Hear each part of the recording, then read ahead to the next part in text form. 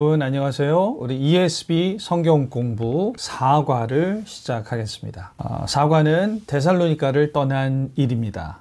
이 성경 본문 범위는 데살로니가 전서 2장 17절부터 3장 13절까지 우리가 살펴보도록 하겠습니다. 먼저 1번 문제로 들어가겠습니다. 2장 17절에서 3장 5절까지 나오는 바울의 목회적 관심에 관한 내용입니다. 이제 2장 17절에서 바울이 어떻게 이 데살로니가 교회를 충분히 그들이 영적으로 성장하고 목회적으로 잘 든든하게 충분한 시간을 보내지 못한 상황에서 박해 때문에 바울이 이 교회를 빠져나온 상황이었습니다. 그래서 그렇게 빠져나온 상황에서 얼마나 그 기간 동안 바울 없이 이 신자가 된 지 얼마 되지 않은 그 데살로니가 교인들이 어떻게 잘 지내고 있을까 많이 목회적으로 염려하고 그런 마음을 걱정스러운 마음을 품었던 기간이었습니다. 그것에 대해서 이제 바울이 이야기하는 그런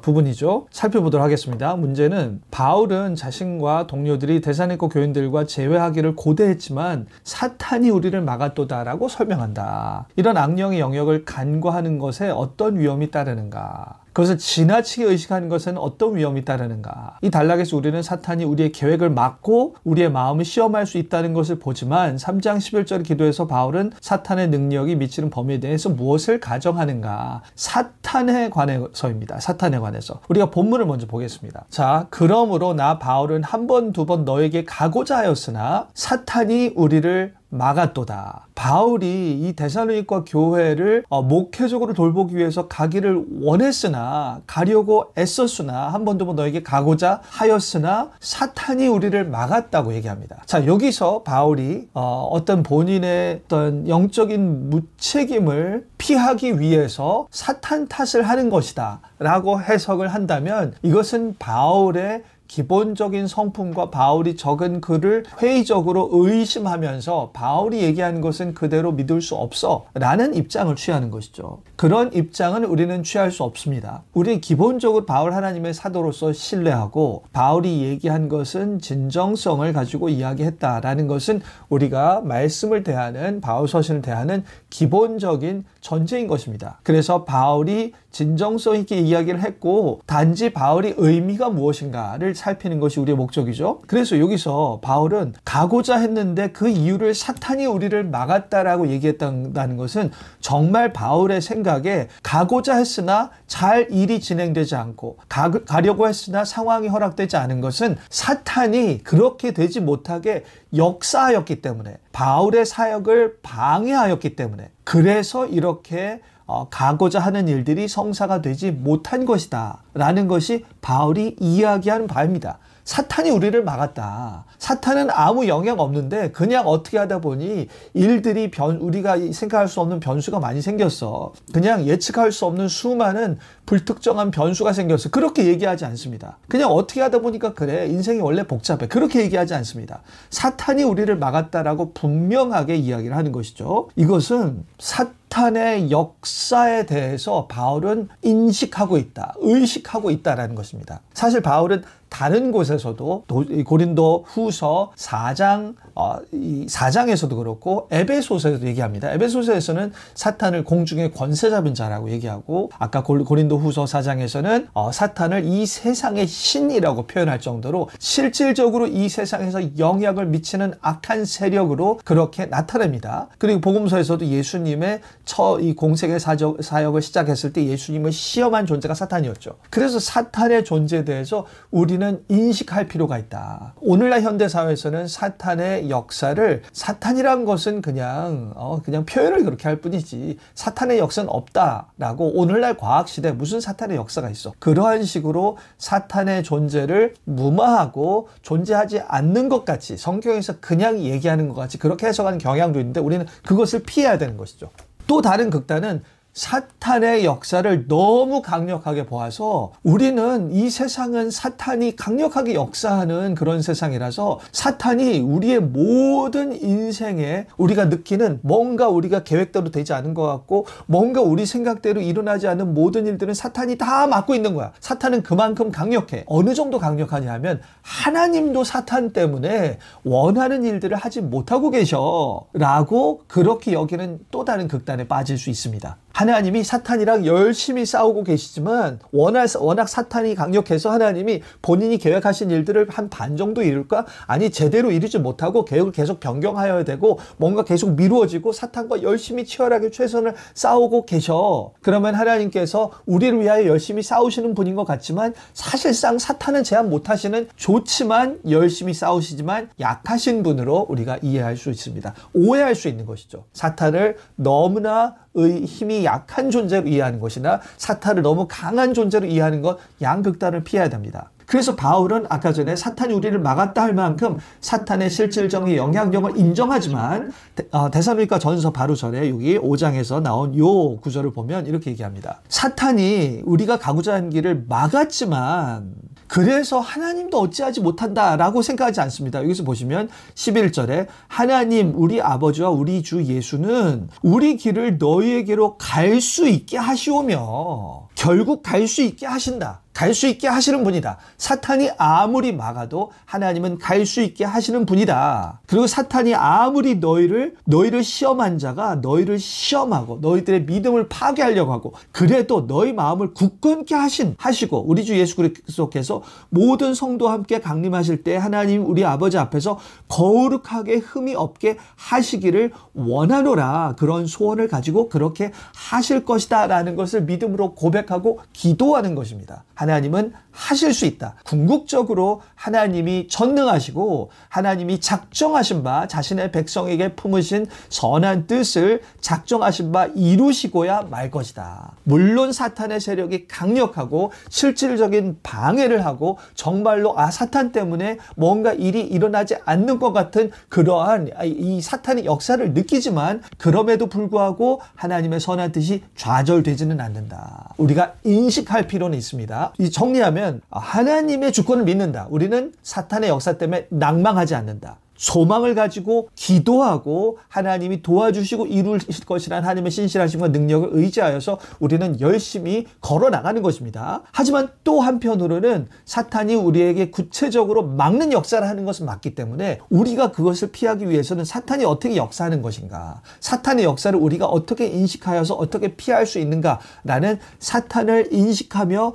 대응하는 그런 의식적인 노력도 필요합니다. 그래서 그러한 두 가지가 필요하다. 사탄에 대해서 실질적인 대응과 하지만 하나님을 신뢰하고 하나님의 능력을 붙들어서 우리는 열심히 전진해 나가는 믿음의 싸움을 싸운다. 이 두 가지가 다 필요한 것입니다.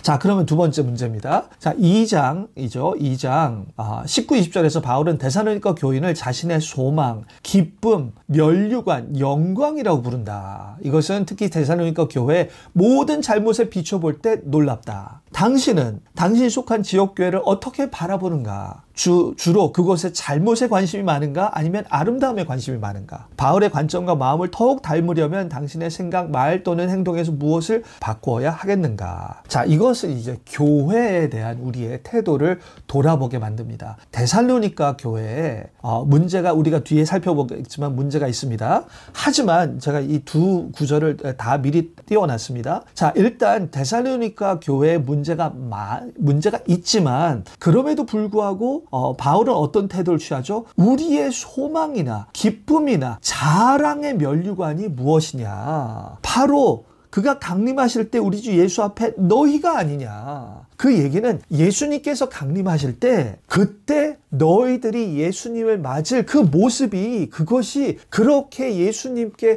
합당하게 거룩한 영광의 모습으로 서게 될 것을 소망하는 것이죠. 그게 너희가 우리의 소망이라는 것입니다. 그리고 기쁨이에요. 그렇게 예수님이 맡겨준 자들을 예수님 오실 때 그렇게 주께서 기뻐하실 만한 상태로 영광스럽게 된 것에 대해서 기뻐할 수 있는 것이죠. 그리고 자랑입니다. 주님 주께 이 열매를 드렸습니다. 노고를 했습니다. 주께서 맡겨주셔서 열심히 섬기고 세워서 그렇게 주께 이렇게 드렸습니다라고 자랑입니다. 자랑. 자, 이것은 자랑은 자, 내가 이렇게 만들었습니다. 내 능력으로 하나님의 백성 이렇게 준비해서 드렸어요. 좋으시죠? 그게 아닙니다. 이 자랑은 내가 했습니다라는 자랑은 아니에요. 바울은 이 바울 서신 전체에서 자신이 이 모든 하나님의 백성이 되는 것과 하나님의 백성이 빚어져서 완성되는 것 모두가 우리 인간의 육신의 힘, 개인의 힘, 우리의 공로로는 택도 없다라는 것에 대해서 너무나 명확하게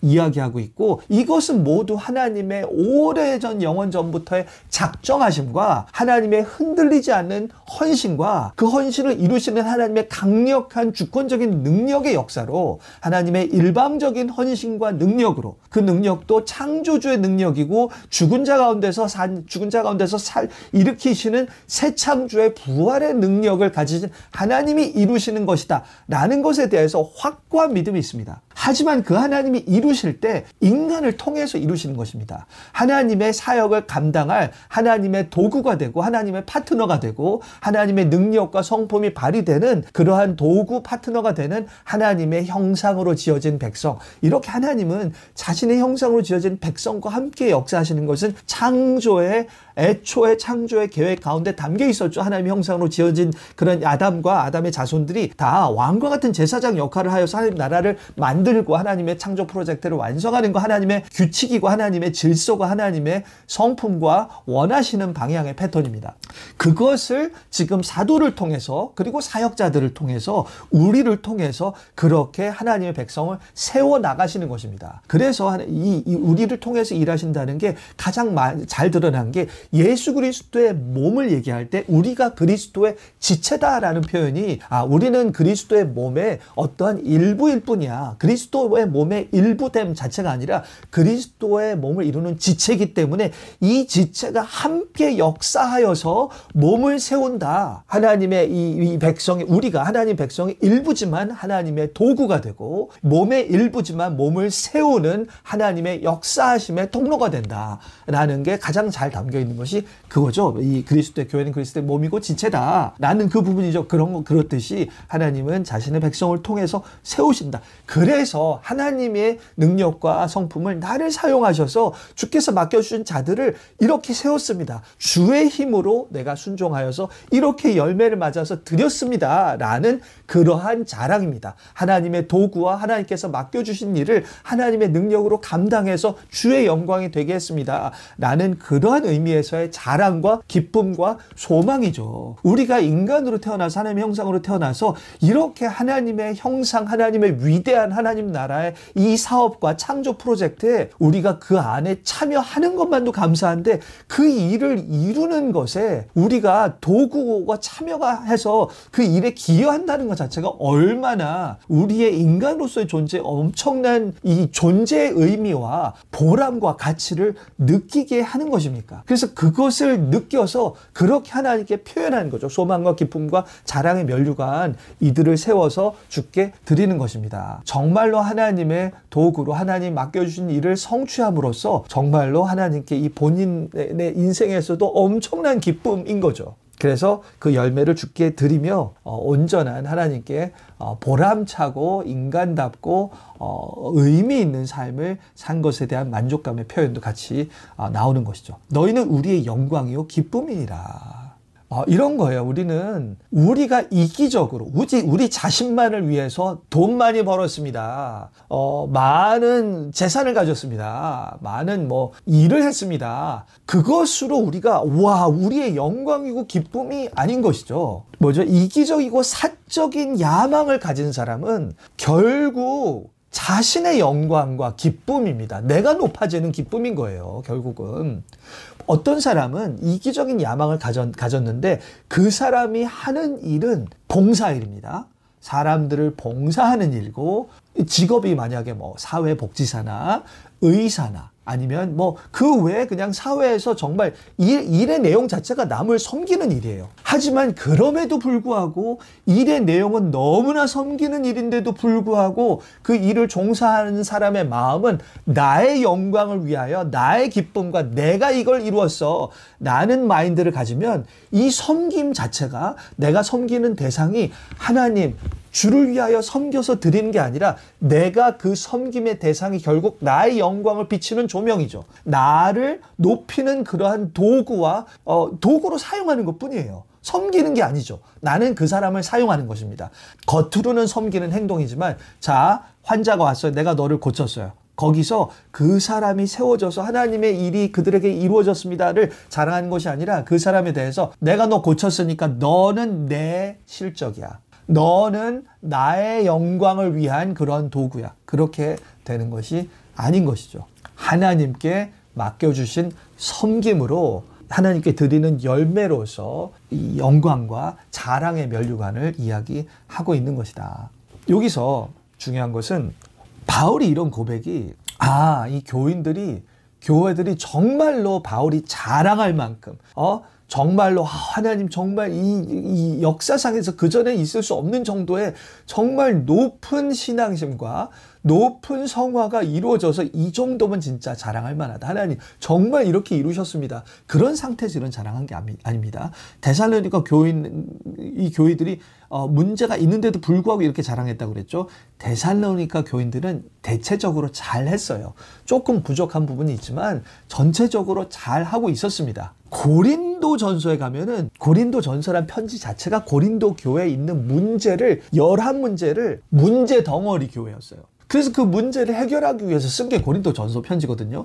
고린도전서 편지에서도 바울은 이렇게 얘기합니다. 그 문제 많은 고린도 교인들, 그 상태로서는 도저히 소망도 안 보이고 이거 완전히 사역을 망친 게 아닌가. 어떻게 교인들이 이런 상태에 이런 터무니없는 죄를 저지르고 이렇게 터무니없이 이 세상적인 삶을 살 수 있지라고 너무나 부족한 문제가 많은 교회에 대해서 바울이 그 문제에 대해서 다루기 전에 앞부분을 이렇게 표현합니다. 1장에 주께서 너희를 우리 주 예수 그리스도의 날에 책망할 것이 없는 자로 끝까지 견고하게 하시리라. 책망할 게 너무 많아서 고린도전서 편지를 쓴 건데 아직도 문제가 완전 산적해 있고 그들의 문제가 머리가 아플 정도로 고린도전서 한번 읽어보세요. 다 문제입니다.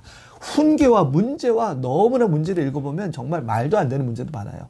그 자들에 대해서 아직 문제를 해결하기도 전인데 너희를 책망할 것이 없는 자로 끝까지 견고하게 하시리라. 주께서. 그러니까 이거는 우리의 어떤 능력으로 이루는 자랑이 아니라 하나님이 너희들 아직 부족하지만 너희들 견고하게 책망할 것이 없는 자로 견고하게 하시리라. 그 하나님의 헌신과 능력을 믿고 그 믿음으로 감사하는 것입니다. 그래서 긍정적인 그런 견해를 가지는 거예요. 그래서 9절에 어떻게 이렇게 여전히 부족한 상황에도 불구하고 희망적으로 얘기할 수 있는가? 9절에 너희를 불러 완전히 지금보다 더 최악의 멸망당할 만한 죄인으로 최악의 반역자였던 그런 상황에서 너희를 불러서 그의 아들 예수 그리스도 우리 주와 더불어 교제하게 하시는 하나님, 최악의 상황에서 불러서 교제하게 하시는 하나님이 믿음직하기 때문에 미쁘시도다. 이 하나님은 믿음직한 분이야. 하나님이 너희를 부르셨어? 그것은 부르셨다는 것 자체가 가장 어려운 상태에서 부르신 것이기 때문에 너희를 부르셨다는 것은 일단 부른 다음에 그냥 나의 백성이 되기는 하지만 너희들의 상태는 계속해서 최악의 상태에서 전혀 변하지 않을 거야 라는 게 아닌 거죠. 하나님이 부르신 자는 하나님이 의롭다 하시고 로마서 8장입니다. 8장 후반부예요. 미리 아신 자, 미리 정하신 자를 부르시고 부르신 자를 의롭다 하시고 의롭다 하신 자를 영화롭게 하셨다. 하나님은 이미 그런 작정을 다 그렇게 하셨습니다. 그렇기 때문에 이들을 확실하게 완성시킬 하나님에 대해서 신실하게 그러실 분이다 라는 믿음을 가지고 하나님을 믿으시다 라고 그렇게 얘기할 수 있는 것이죠. 그래서 우리에게 적용할 때는 우리가 보통 많은 경우 한국의 교회와 우리나라의 한국 교회를 걱정하고 우리가 소속한 교회를 걱정하면서 많은 경우 너무 부족한 점들을 보는 거죠. 네, 부족한 점들이 보일 수 있죠. 그리고 그래야지 우리가 또 개선하니까. 그래서 부족한 점들을 보지 말라는 거 아닙니다. 부족한 점들을 분별하지 말라는 건 아닙니다. 그런데 부족한 점들이 보이는데 그 다음이 중요하죠. 부족하니까 소망이 없네. 부족하니까 우리 교회는 완전 나빠. 끝. 그거는 불신앙입니다. 우리가 이렇게 이 최악의 상황에서 신자가 된 것이 하나님의 믿으심 때문에 된 것이고, 그 하나님은 어찌되었던 우리의 부족함에도 불구하고 우리를 책망할 것이 없는 자로 끝까지 견고하게 하실 것이에요. 그런 믿음을 가지고 하나님 때문에 우리는 서로를 보고 우리의 어떤 부족한 상황을 보면서도 우리는 소망이 있다. 넌 나의 기쁨이 될 수 있고 자랑의 면류관이 될 수 있어. 지금 아무 변화 같은 거 없어 보이지? 변할 거야. 하나님의 방식대로 어느 정도 어떻게 변하고 어느 상황을 통해서 변하게 될 것인지는 하나님이 계획을 다 가지고 계셔서 우리는 모르죠. 하나님의 지혜에 맡기는 것입니다. 하지만 하나님이 그렇게 하실 거야. 그래서 우리는 소망을 가지고 우리는 상황에 대해서 비관하지 않는 것이죠. 오히려 우리의 부족한 점이 보이면 그것을 가지고 하나님이 우리를 변화시게 하실 것이다. 우리를 거룩하게 책망할 것이 없게 만드실 것이다 라는 하나님의 신뢰함 가운데 하나님 그렇게 만드실 것을 아시기 때문에, 그래서 지금 보이는 이 부족한 점들을 기도할 수 있는 거예요. 하나님, 그렇게 만드실 하나님, 지금 우리의 상태가 이러합니다. 이러한 부족함이 있습니다. 그러니 하나님, 주께서 우리를 거룩하게 책망받을 자가 없는 자로 그렇게 강림하실 때 영광스럽게 만드시는 그거 하나님의 뜻 아닙니까? 하나님께서 원하시는 거잖아요. 우리가 담임 목사님이나 우리 부교육자가 사역자가 원하는 게 아니라 우리가 원하는 게 아니라 우리보다도 하나님 본인이 우리를 책망할 것이 없는 자로 만드시는 것이 하나님의 작정이고 하나님께서 원하시는 것이라면 하나님 그렇게 만드시옵소서. 하나님의 작정하신 뜻이, 하나님의 뜻이 하늘에서 이루어진 것 같이 이 땅에서도 이루어지겠다고 하셨기 때문에 그렇게 이루어 주시옵소서. 그래서 이 문제들이 이렇게 있는데 하나님 이 문제들을 보소서. 그리고 이 문제를 극복하여 주시옵소서. 그렇게 만드실 것인데 우리로 하여금 이러한 문제가 하나님이 극복하시고 우리를 더 하나님 영광스럽게 빚어나가시는 역사하심을 저희가 볼 수 있게 하여 주셔서 우리가 더 하나님께 영광을 돌리고 더 감사를 드릴 수 있게 그렇게 해 주시옵소서. 그렇게 소망을 가지고 기도해야 되는 것이죠. 이런 기도 없이 하나님에 대한 영광의 소망과 하나님 그렇게 하실 것이라는 것 때문에 가지는 근본적인 희망, 근본적인 어떠한 이 낙관적인, 믿음에 오는 낙관적인 그런 태도가 없이 그냥 비판을 위한 비판, 비관을 위한 비관, 이거는 불신앙이에요. 생산적이고 그리고 건설적인 비판이 아닌 것입니다. 그래서 우리도 바울과 같이 현재의 상황을 극복하는 하나님의 헌신과 하나님의 능력에 대한 믿음으로 그렇게 낙관적이고 소망찬 그러한 자세를 가져야 하겠습니다. 자, 다음 문제죠. 3번. 바울은 디모데를 자신의 동역자로 소개할 뿐만 아니라 하나님의 일꾼으로 소개한다. 바울이 디모데를 이렇게 고결하고 특별한 직분으로 소개한 이유가 무엇이라고 생각하는가? 바울이 고린도전서 3장 5절 9절에서 설명한 것이 이 직분의 의미와 중요성을 어떻게 명확히 하는가? 자, 이 디모데를 특별한 직분으로 소개합니다. 여기서 디모데를 하나님의 일꾼이라고 해요. 하나님의 일꾼. 디모데를 보내노니 이는 너희를 굳건하게 하고 너희 믿음에 대하여 위로함으로 아무도 이 여러 환난 중에 흔들리지 않게 하려 함이라. 자, 지금 이 성도들이 흔들리고 있죠. 흔들릴 만한 상황입니다. 그래서 걱정하고 있었죠. 그런데 디모데를 보냈어요. 디모데를 보내서 일단 우리가 뒤에도 나오겠지만 디모데가 이들이 잘하고 있는지를 파악하기 위해서 부르기도 했습니다. 근데 파악하고 보고만 하는 게 아니라 만약에 잘못하고 있으면 디모데야, 네가 그들을 굳건하게 해. 그래서 믿음에 대해서 위로해. 그래서 여러 환난 중에 흔들리지 않게 해. 라는 사명을 가지고 한 거죠. 이거는 지금 사탄이 이를 흔들릴 만큼 사탄의 공중의 권세 잡은 자가 이 세상의 신과 같은 사탄이 성도들을 흔들고 믿음을 파괴하는데 디모데가 자기가 뭐라고 한 개인이 어떠한 그런 엄청난 사탄의 역사에 대항해서 굳건하게 하고 위대하게 하고 흔들리지 않게 하고 어떻게 그렇게 할 수 있죠? 하나님의 일꾼이기 때문에 하나님이 내가 디모데 하나님의 능력과 하나님의 역사를 발휘하는 수단으로 세움받은 자이기 때문에 그래서 하나님의 능력이 그를 통해서 나타나서 이들을 굳건하게 하고 믿음에 위로하고 흔들리지 않게 할 수 있기 때문에 그래서 바울은 디모데가 하나님이 세우신 자다. 디모데를 통해서 하나님이 이 고린도 데살로니가 교회를 그렇게 견고하게 하실 것이다. 나를 통해서도 바울은 나를 통해서도 하지만 디모데를 통해서도 그렇게 하실 것이다. 라는 확신이 있기 때문에 하나님의 일꾼 디모데를 보낸다. 라고 하는 것입니다. 자, 이렇게 사탄이 역사할 때도 이건 고린도 후서에 나지만 사탄이 역사할 때도 이 잘못된 가르침으로 교회를 흔드는 거짓 교사들 아니면 스스로 지극히 높다는 사도들을 동원해요. 그들에 대해서 바울은 이 사탄의 종들이라고 표현합니다. 이 많은 경우 사탄이 역사할 때 사람들을 통해서 역사하거든요. 그렇게 역사하고 하나님도 자신의 백성을 세울 때 사람들을 통해서 주께서 세우신 자들을 통해서 이렇게 역사하신다라는 것입니다. 자, 이제 그 부분이죠. 자, 다음 문제로 넘어가겠습니다. 데살로니가 3장 3, 4절에 따르면 그리스도인들은 모두 무엇을 위해 세움받았는가? 이것이 왜 놀라운가? 그 이유는 무엇인가? 자, 이 부분은 이제 본문을 봐야 됩니다. 여기서 아무도 이 환난 중에 흔들리지 않게 하려 함이라 디모데 보낸 거. 이제 원래 이 헬라어 본문을 보면 여기 약간 왜냐하면에 해당하는 그런 이 접속사가 나와요. 근데 이제 한국 성경에서는 이걸 다 그냥 문맥상으로 왜냐하면의 의미가 있다는 걸 파악하게 하려고 그냥 한국어 성경에서 이렇게 표현을 안 한 것입니다. 자, 여러 환난 중에 흘리지 않게 하는데 왜냐하면 우리가 이것을 위하여 세움을 받았다. 이것이 뭐를 가리키냐 하면 여러 환난입니다. 여러 환난인데 이것을 위하여 세움 받았다. 이게 세움 받았다는 게 정확하게 원래 이제 헬라어에 맞춰서 정확하게 표현하면 이것을 위하여 우리가 거기에 놓여졌다 있었다라는 표현이에요. 근데 이것은 환난이거든요. 그 얘기는 자, 원래 우리는 환난 같은 거 안 받아야 되는데 환난은 우리랑 맞지 않아.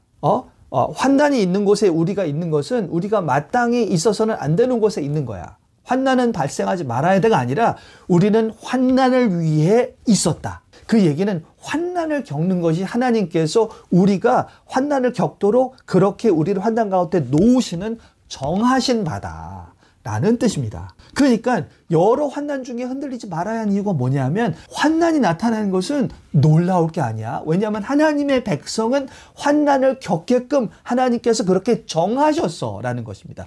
이것을 위하여 세움받았다. 환난을 겪도록 하나님의 정하셨다. 그러니까 원래 하나님의 백성은 환난 안 겪어야 되는데 왜 환난이 생기지가 아니라 환난이 생겼을 때 원래 하나님의 백성은 환난을 겪도록 하나님께서 허락하시도록 정했기 때문에 올 것이 왔구나 라고 생각하는 것이죠. 그 뜻입니다, 이게. 그래서 우리가 이것을 위하여 세움받은 줄을 너희가 친히 알리라. 이게 한국말 성경이 조금 이렇게 좀 헷갈리게 나왔는데 이것을 너희 자신이 아주 잘 알고 있다라는 거예요. 알고 있다. 알리라가 아닙니다. 알고 있다. 이미 다 알고 있다예요. 알고 있다. 어떻게 알고 있냐? 여기서 밑에 또 왜냐하면이 나옵니다. 왜냐하면 우리가 너희와 함께 있을 때 장차 받을 환난, 이제 바울이 이제 떠나기 전에 너희와 함께 있을 때 처음에 복음을 전하고 이 데살로니가 교인들을 가리킬 때 이들을 이제 말씀으로 양육할 때 그때 시점에서 앞으로 장차 올 환난을 자 너희들 복음 믿어서 성도가 됐지 근데 이렇게 살다가 장차 환난이 올 거야. 환난 올 때 걱정하지 마. 환난 올 때 왜 환난을 닥치지? 혼란스러워하지 마. 원래 하나님 백성은 환난을 겪으면서 변화되고 하나님이 그것을 빚으시게끔 하나님은 환난을 허락하셔도 환난보다 세신 분이야. 어려움과 악이 막 역사해도 하나님 그 악을 사용해서 모든 것을 통해 합력하여 선을 이루신 분이야. 그러니까 하나님이 약하신가?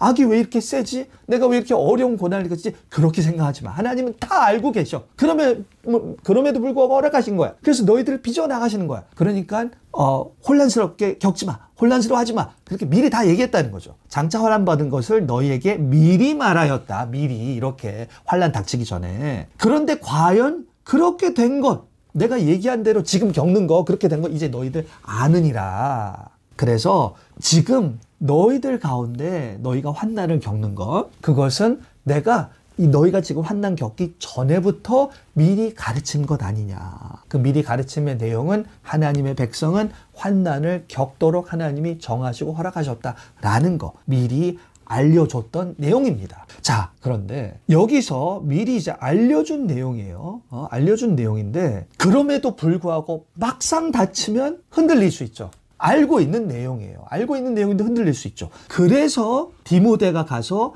아무도 이 여러 환난 중에 흔들리지 않게 하려 함인데, 왜냐하면 이미 이들이 알고 있기 때문에 디모데가 가서 가르쳐줬던 것 다시 한번 상기시키고 잡아주기만 하면 된다는 거죠. 자, 그런 의미입니다. 그래서 여기서 함의는 이거죠. 우리가 아무리 알고 있는 교리라도 막상 닥치면은 어려울 수 있다. 흔들릴 수 있다. 그래서 하나님이 세우신 사역자의 역할은 전혀 예상하지 못했던 상황에서 전혀 새로운 내용을 얘기하는 게 아니라 이미 다 말씀에 읽고 있는 내용, 그리고 많은 경우 우리가 이미 알고 있는 내용을 다시 상기시키는 거예요. 그렇지 않느냐. 우리 흔들리지 말아야 된다라고 함께 서주면서 다시 한번 반복하고 다시 한번 상기시켜주는 거인 것이죠. 그래서 우리가 많은 경우, 우리가 매주마다 설교를 듣고 하는 그런 모든 말씀 공부와 그런 게 항상 새로운 게, 물론 우리가 아직 너무 신학적 지식이 부족하면 모든 게 다 새로울 수 있지만 어느 정도 틀이 잡히면 그다음부터는 반복이에요. 처음에 집이 없을 땐 집을 다 세우죠. 집을 다 짓습니다. 집을 다 지은 다음에 뭐죠? 그다음부터는 수리입니다. 시간이 지나면서 바람이 불어서 창문이 막 흔들거려요. 창문 수리하고, 또 막 지붕이 흔들게 지붕 수리하고, 다 알고 있는 것을 상황에 따라서 더 느슨해지고 더 불신앙에 빠지고 흔들리는 마음을 잡아주게끔 다시 한번 반복하고 다시 한번 상기시켜주고 같은 내용을 다시 한번 이 각도에서 치고 저 각도에서 치고, 이것이 사역인 것이죠. 그 이야기를 지금 하고 있는 것입니다. 자, 여기서 이 사도행전에서도 아까 얘기한 것 같이 너희가 환난을 겪어야, 하나님 나라에 들어가면 환난을 겪어야 할 것이다 라고 환난의 필요성에 대해서 얘기하는 것입니다. 빌립보서에서는 이렇게 얘기합니다. 너희는 그리스도께서 너희에게 은혜를 주신 것은 다만 그를 믿을 뿐 아니라 또한 그를 위하여 고난도 받게 하려 함이라. 이 고난은 그를 위하여 받는 것이구나. 로마서에 가면 그와 함께 받는 것입니다. 환난은 딱 닥쳤을 때 우리가 혼란스럽지 않을 만한, 이미 말씀하셔서 우리가 다 준비를 해서 견딜 수 있을 만한 것이기도 하지만, 환난은 하나님을, 그리스도를 위하여 받는 것이고 그리스도와 함께 받는 것입니다. 그리스도가 이미 가신 길을 우리가 따라가는 것으로서 환난 가운데 우리는 더욱더 그리스도를 깊게 연합될 수 있는 것입니다. 연합될 수 있는 좋은 기회예요. 우리 안에 있는 그 전에 있었던 육신적인 마음과 불순물이 더 걸러지고 더 정결하게, 더 그리스도만 붙들 수 있는, 그리스도가 어떻게 살았는지, 그리스도의 이 마인드, 그리스도의 태도, 하나님의 아들로서의 완성된 삶을 사셨던 그런 삶은 어떤 것인지를 더 배워나갈 수 있는 그러한 귀한 기회가 될 수 있는 것입니다. 자, 그러면 이제 다음에 3장으로 갑니다.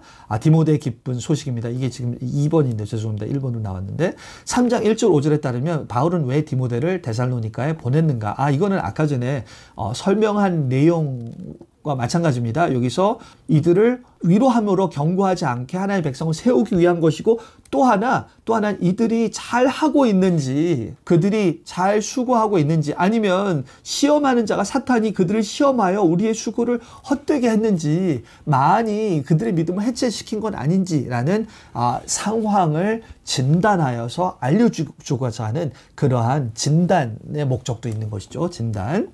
근데 디모데의 보고를 받고 안심한 거예요. 바울이 이들이 잘 서 있다. 너희가 주 안에서 굳게 선즉 우리가 이제는 살리라 라고 합니다. 자, 여기서 당신은 주님 말고 굳게 서도록 무엇에 굳게 서도록 가장 유혹을 받은가? 자, 여기서 이제 이 데살로니가 교회는 디모데 가서 보니까 그들이 환난에서 완전 믿음이 흔들리지 않고 신앙을 지키고 있었던 거예요. 마음의 중심을 지키고 있었습니다. 그래서 주 안에서 굳게 서 있다. 주님 안에서 굳게 서 있다.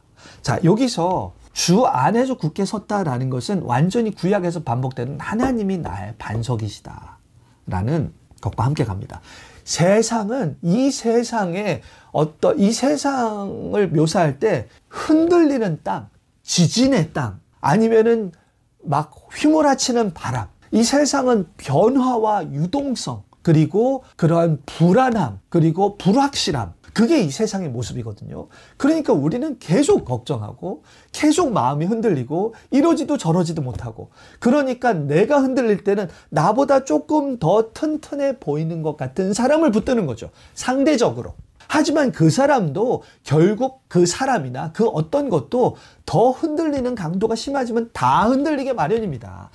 유일하게 안 흔들리는 것은 반석 대신 하나님이죠. 세상이 흔들려도 세상을 만드신 하나님은 세상을 초월하시고 세상의 모든 것을 좌지우지하신 하나님은 변하시지 않는 하나님이니까.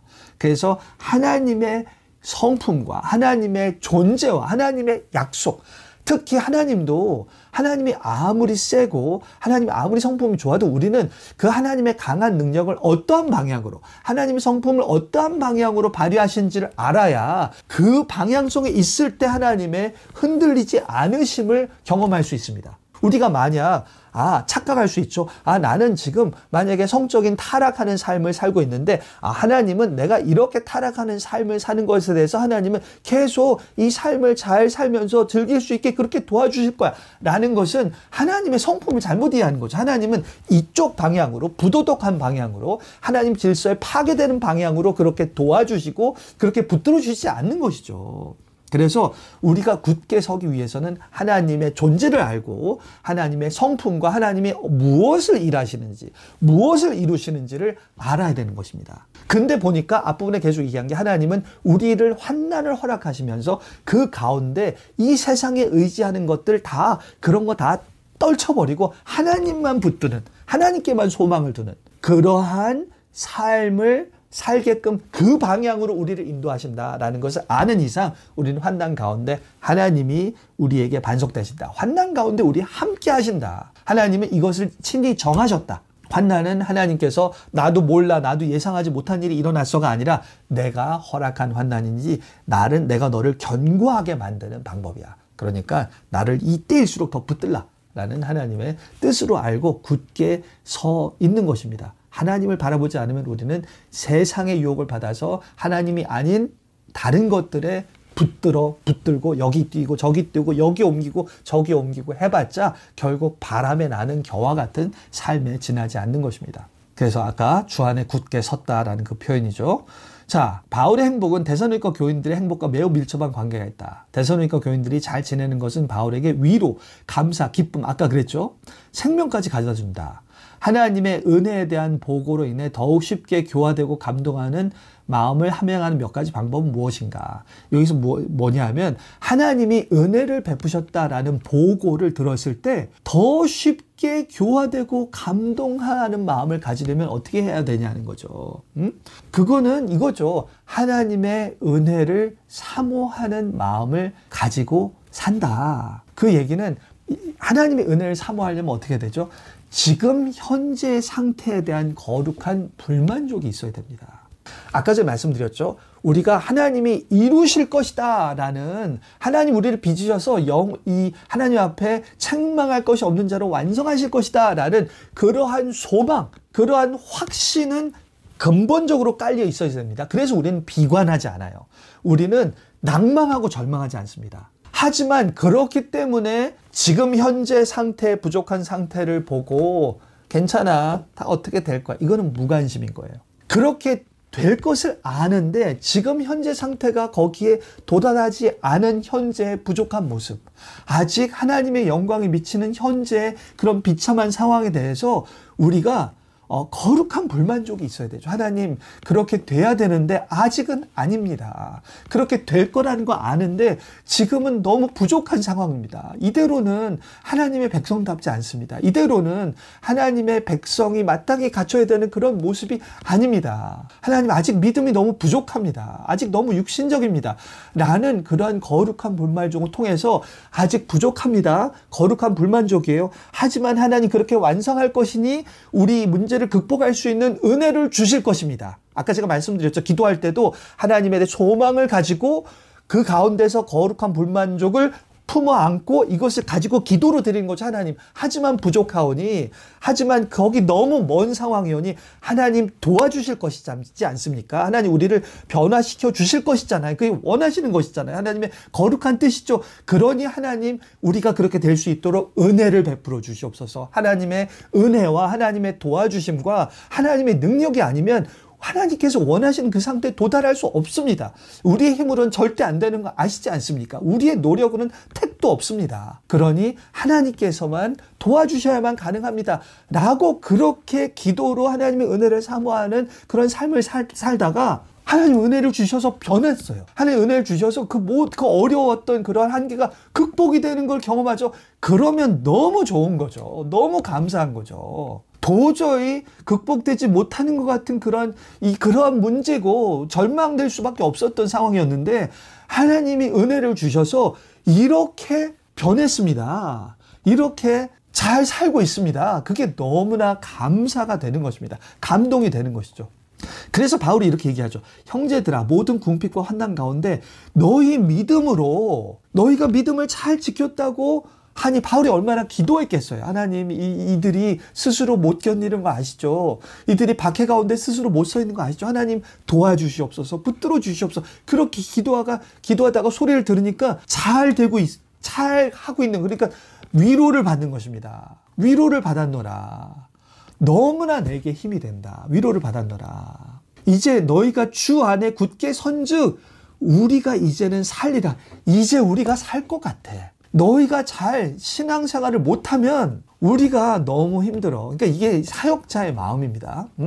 그리고 사역자뿐만 아니라 하나님의 나라가 이루어지기를 사모하는, 하나님의 백성이, 하나님의 교회가 세워지기를 사모하는 마음을 가진 자들은 일단 내가 잘 서는 게 중요하지만 내가 서 있어도 나에게 다른 자들, 특히 하나님 맡겨주신 자들이 안 서 있잖아요. 믿음 생활 잘 못하고 있으면 그게 괴로운 것이죠. 아, 저렇게 살면 안 되는데. 잘 계속 불신앙 가운데 살고 변하지 않으면 이 사역자 입장에서 우리가 죽는 것 같은 거죠. 이 괴로운 것입니다. 그래서 기도하고, 그래서 하나님의 은혜를 구하는 것이죠. 그래서 하나님께서 은혜를 주실 때 하나님 너무 감사합니다. 그리고 본인도 살게 되는 거죠. 이제는 살리라. 그래서 너희로 말미암아 모든 기쁨으로 기뻐하니 너희를 위하여 능히 어떠한 감사로 하나님께 보답할까. 이것만큼 하나님께 감사의 그런 내용을 들을 것이 너무 감사해서 이게 완전 마인드가 하나님이 자신의 백성을 세우신 거예요. 그러니까 이렇게 생각할 수 있죠. 자, 하나님 자신의 백성이 그렇게 되셨으니 하나님 좋으시겠네요 라고 얘기하는 것은 제3자로 얘기하는 것이죠. 근데 하나님의 백성이, 이제 우리가 하나님의 백성을 세우는 사역할 때 이게 마치 하나님의 마음과 관점이 나의 관점이 돼서 이게 나의 백성 같은 거죠. 하나님의 백성이 세워지는 게 내 가족이, 내 사람이, 내 백성이 세워지는 것 같은 마음을 가지기 때문에 이들이 세워질 때 하나님의 뜻이 이루어져서 좋겠습니다가 아니라 하나님 이걸 해주셔서 너무 감사합니다. 마치 자기 백성이 세워진 것 같이, 하나님이 내 백성 세우는데 하나님이 도움을 준 것 같이, 이거는 주객이 전도된 게 아니라 하나님의 백성을 향한 하나님의 마음을 그 사역자가 나눠 가졌기 때문에 내 일 같은 거예요. 내 백성 같은 거죠. 바울은 뒤에도 나오지만 이 데살로니가 교인을 지난번에 얘기했잖아요. 유모와 같이, 내 자식과 같이 여긴 거죠. 내 자식과 같이. 그러니까 이제 하나님의 마음과 하나님의 관점을 품을 때 하나님의 백성이 내 자식, 내 아이와 같이 그렇게 여길 수 있다. 그런 마음을 보이고 있는 것이다 라는 뜻입니다. 그래서 바울이 어떻게 모든 교회를 위하여 염려하고 누가 약하면 내가 약하지 아니하고 누가 실족하면 내가 애타지 아니하더냐 그렇게 애쓰고 하나님 백성에 대해서 항상 마음을 품고 있는 모습을 보여주고 있습니다. 자, 3장 11, 13절에서 기도는 무엇이고 무엇을 위한 것이며 어떻게 하는 것인지를 어떻게 배울 수 있습니까? 기도에 대해서 나오는 내용이죠. 여기서 보시면 구체적으로 우리의 상황, 하나님 너희의 길을 갈 수 있게 하시오며 라고 이 구체적인 기도를 합니다. 지금까지 사탄이 막았지만 하나님 도와주셔서 갈 수 있게 하실 것입니다. 자, 근데 결국은 본인이 가고자 하는 것은 그냥 보고 싶어서 가는 게 아니라 그들을 세우기 위한 것이죠. 그들을 세우는 것은 결국 어떻게 세우는 모습의 열매는 뭐냐면 그들이 피차간의 모든 사람에 대한 사랑이 더욱 많아 넘치게 하사 너희 마음을 굳건하게 하시고, 그래서 이들을 굳건하게 세우는 것이 바울이 가고자 하는 목적이고, 그래서 그 일을 위하여서 나를 갈 수 있게 구체적인 길을 열어주시옵소서라고 수단에 대해서, 과정에 대해서 기도하지만 궁극적인 목적, 그들이 온전하게 세워지는 것에 대해서 기도를 하는 것입니다. 세워지게 하여 주시고 그들의 지금 세워지면 결국 뭐죠? 나중에 하나님의 흠없는 백성이 되는 것이잖아요. 그래서 거룩함에 흠이 없게 하시기를 원하노라. 그래서 기도는 실질적인 기도에서 더 큰 목적, 그리고 궁극적으로는 최종말적인 목적까지 내다보면서 하나님 나라의 완성을 가지면서 하나님의 이름이 거룩히 여김 받고 하나님의 나라가 임하시고자 하는 최종 목적까지 바라보면서 하나님의 나라가 온전히 완성되는 것이 나의 소원입니다라는 그것을 바라보면서 그것을 이루기 위해서 지금 이들이 이렇게 변해야 됩니다 라고 얘기하는 것이고, 그것을 이루기 위해서 이 실질적으로 길을 열어주시옵소서 라고 그렇게 기도하는 것이죠. 이 모든 것이 다 큰 비전 가운데 하나님 나라를 이루고자 하는 그러한 큰 목적, 중간 목적, 그 다음에 수단에 대해서 다 기도하는 것이다 라는 뜻이죠. 자, 마지막 문제입니다. 여기서 편지는 1절에서 13절은 이전 부분에 대해서 나오고 편지의 후반부를 이어주는 전환적인 기도입니다. 여기서 11, 13절은 11절은 이전을 돌아보고 12, 13절은 앞일을 내다본다. 12, 13절 앞일을 내다보는 것에 기초하면 편지의 나머지 부분에서는 어떠한 주제가 드러날까? 자, 이것도 본문을 보시면 알 수 있습니다. 자, 지난 내용은 어떻게 너희에게로 갈 수 있게 하여 주시오며, 이 기도는 그죠? 계속 떨어져 있던 상황이잖아요. 못 갔으니까. 그죠? 지금까지 가지 못했는데 이제 갈 수 있게끔 하여 주시옵소서라고 과거에 가지 못했던 상황에 대한 그 문제 해결에 대한 기도죠. 그 다음에 뭐죠? 이들이 세워지게, 서로 굳건하게 세워지고 피차 사랑할 수 있게, 더욱더 사랑할 수 있게 관한 이런 주제가 그 4장에 나옵니다. 그리고 결국은 마지막에 거룩함에 흠이 없는 완성에 대한 그런 상황에 대한 그 기도가 그 다음 주제로 나옵니다. 그래서 구체적으로 우리가 이 성경 공부 교재 맨 앞부분에 보면 데살로니가 전서 장별로 주제를 나눠놨죠. 이렇게 돼 있죠. 우리가 지금 4과입니다. 그래서 이 부분 서로 사랑하는 것에 대해서는 5과에서 거룩한 사랑이 이긴다. 이 사랑, 거룩한 사랑에 대해서 사랑이 더 많게 넘치는 내용이 여기서 나오는 거죠. 하나님 나라의 성도 앞에서 예수님이 강림하실 때, 재림 때 거룩하게 흠이 없게 하시는 것에 관한 내용이 왕의 재림에 관한 그러한 구체적인 내용과 그리고 어떻게 깨어 있어야 되는지 권면이 4장, 5장에 걸쳐서 재림을 바라보는 자세에 대해서 구체적으로 나오게 됩니다. 그래서 우리가 5과 6과 7과 남았는데 이 내용 남은 과 동안 이 주제들을 우리가 다루도록 하겠습니다. 네, 그러면 우리 4과는 여기서 마치도록 하겠습니다. 기도하겠습니다. 하나님 감사합니다. 우리가 4과를 통하여서 하나님 바울의, 하나님 데살로니가 교회에 대한 그런 태도를 배웠습니다. 하나님 우리도 바울과 같이 교회를 바라보며 하나님 많은 문제와 한계를 느끼지만 비관에 빠지고 불신앙에 빠지지 않게 하시고, 이것은 하나님께서 우리를 하나님 백성으로 만드신 하나님은 완성시키실 것이고, 하나님 모든 우리의 한계와 하나님 불신앙과 하나님 이 모든 사망과 죄의 증상을 극복하셔서 책망받을 것이 없는 자로 거룩하게 완성하실 그러한 계획과 뜻과 헌신을 가지고 계시오니 우리가 그 하나님을 믿음으로 그 소망을 가짐으로 하나님 우리가 교회에 대하여서 그런 종말적인 소망과 낙관을 가지고 바라보게 하여 주시고 하지만 그 낙관 가운데 현재의 문제를 우리가 아파하게 하시고 하지만 아파하되 이것을 비관으로 놔두지 않고 기도로 하나님의 은혜를 구하여서 주께서 은혜를 구하셔서 우리를 변화시키시고 우리의 문제를 해결하시고 한계를 극복시키실 때 너무나 감사함으로 하나님 그렇게 찬양을 드리는 그런 삶을 살 수 있도록 주님 붙들어 주시옵소서. 이렇게 하려면 하나님의 나라가 우리에게 사적인 소망이 되어야 됩니다. 우리가 세상을 사랑하면 하나님의 나라, 하나님의 뜻이 이루어지는 것을 우리가 소원할 수 없사오니 하나님 우리의 육적인 마음을 하나님 씻겨내 버려 주시고 성령으로 거룩한 열망을 하나님의 나라, 하나님의 영광이 가득한 그 나라를 소망하는 그리고 우리 교회가 그런 하나님의 백성으로 빚어지기를 소원하는 거룩한 소원과 그런 거룩한 욕망을 우리 가운데 부어주시고 그렇게 믿음으로 기도하며 함께 사역하고 서로를 세우는 자들로 주께서 붙들어 주시옵소서. 주께서 선하시게 우리 가운데 역사하여 주실 줄 믿고 감사하며 소망으로 기뻐하며 기도합니다. 이 모든 말씀 예수 그리스도 이름으로 기도드리옵나이다. 아멘.